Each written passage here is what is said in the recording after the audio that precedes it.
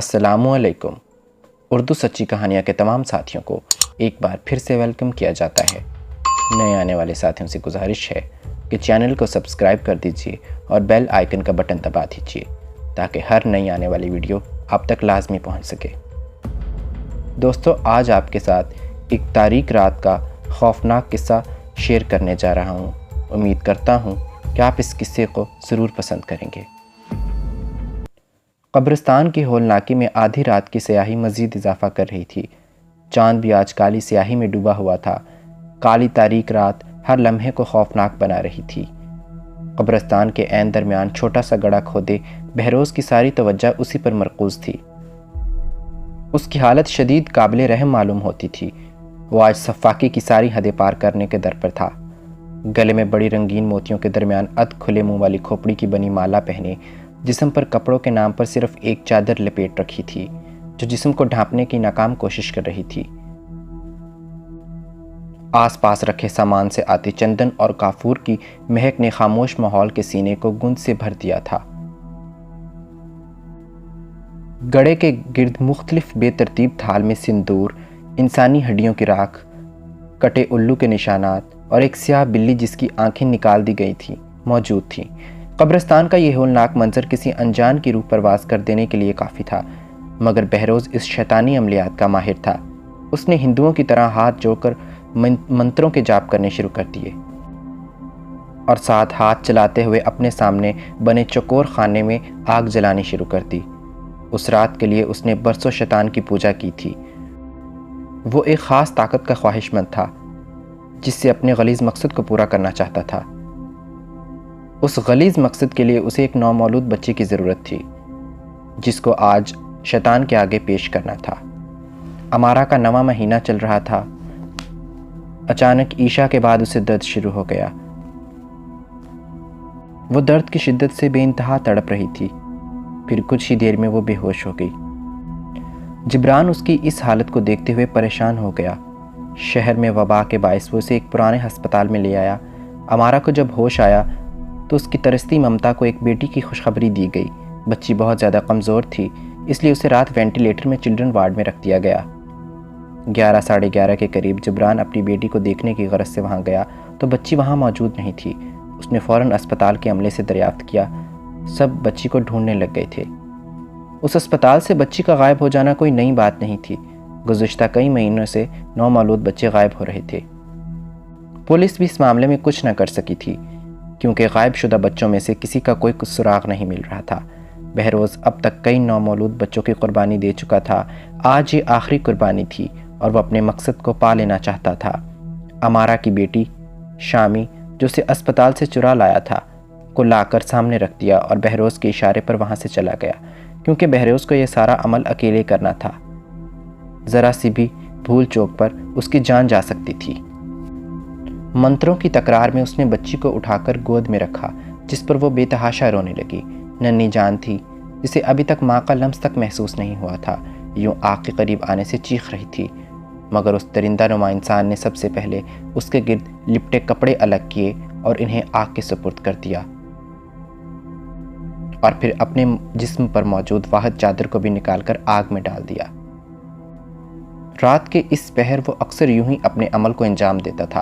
وہ مسلسل منتر پڑھتا جا رہا تھا۔ اب اس نے ایک ایک کر کے الو بچی کے گرد رکھنے شروع کر دیے۔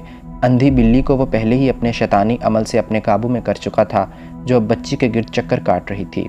دوسری طرف امارا کی جب آنکھ کھلی تو اس نے اپنی بچی سے ملنے کی خواہش ظاہر کی اور جبران اپنی بیٹی کو ہر جگہ تلاش کر رہا تھا اور اسپتال کے اسٹریچر پر پڑا وجود اپنی کوکھ سے جنم دیے ہوئے بچے کے لیے ترس رہا تھا۔ آنکھیں آنسوں سے بھری ہوئی تھی، دل خون کے آنسو رو رہا تھا۔ امارا کی تو جیسے جان پر بنائی تھی، وہ قابو سے باہر ہو رہی تھی۔ بالآخر ڈاکٹروں نے اسے سکون میں لانے کا انجیکشن دیا۔ جبران اب اسپتال سے نکل کر ادھر ادھر دیکھتا بھاگ رہا تھا کہ شاید اسے اپنی بچی کہیں نظر آ جائے۔ اتنے میں وہ کسی شخص سے ٹکرایا۔ کیا ہوا بیٹے؟ اس طرح کیوں بھاگ رہے ہو؟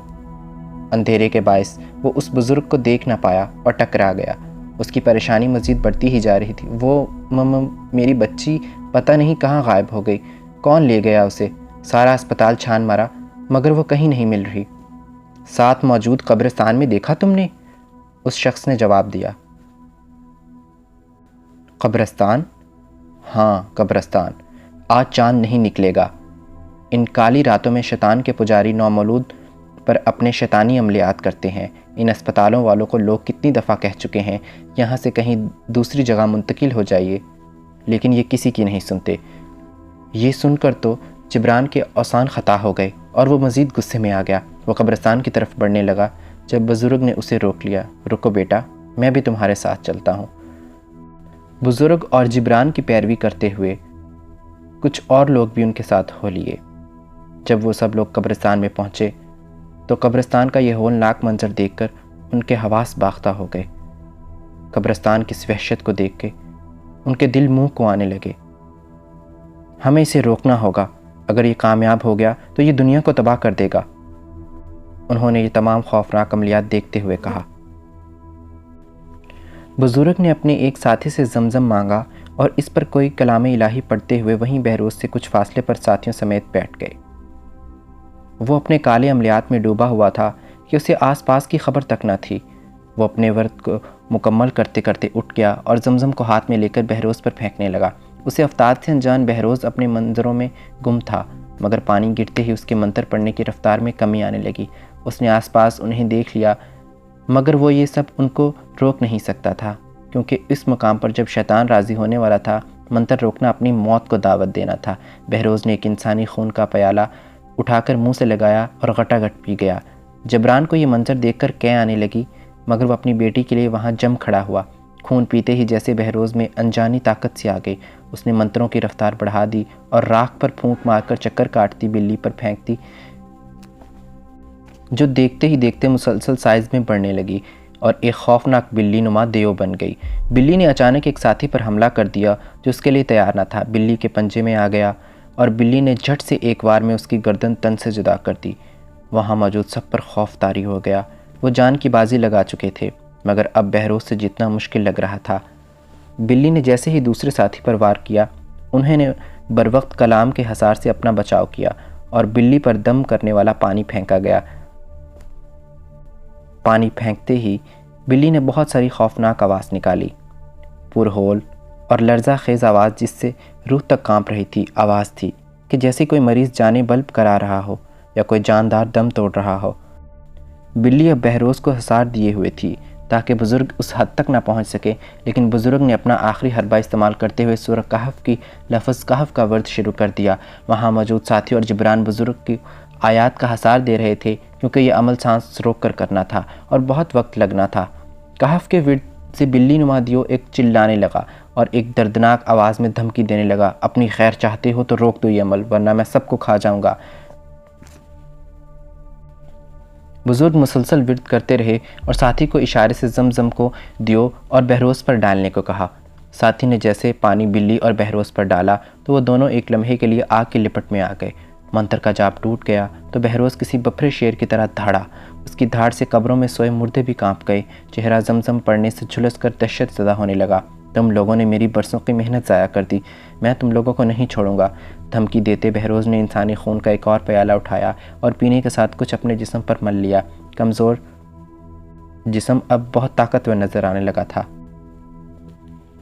اب اس نے منتر پڑھا اور بلی کی طرف پھونک دیا اور پھر ایک ساتھی کو دبوچ لیا۔